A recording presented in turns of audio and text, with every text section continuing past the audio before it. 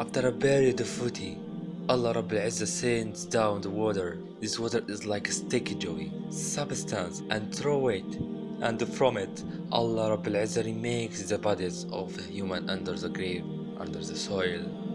It seeps through and the hadith of the Prophet from the last bone in your spinal column for every human. That's what remains, science says so.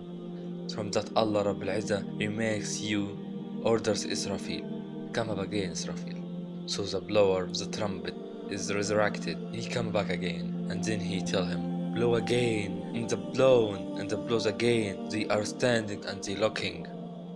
When the earth goes into shaking, and brings out the heavy burden it was carrying, as in the bodies of the billions that have come and went, and they get resurrected. The land is a different land. The ground is white. How are they resurrected?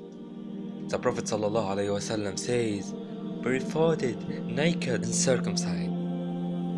Aisha radiallahu anha says, Rasulullah, Prophet, we are naked, the men will be naked when not they look at each other. So the Prophet Muhammad ﷺ say, Ya Aisha, the situation is much bigger than for the people to look into each other.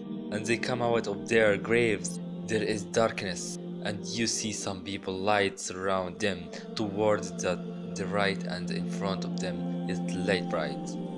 And Ibn Mas'ud says, your light will depend on the amount of deeds you have bought. Some people will come with a huge light, and some people light be enough just for themselves, and some people like a candle on the off like it. Some people are resurrected and they can't get up, thus that eat the money of riba. They will not be able to stand. You will see another person and the kids are poking him and pushing him. He ate their money, their wealth, they were orphaned and he wronged them. And this is the situation in the day of judgment.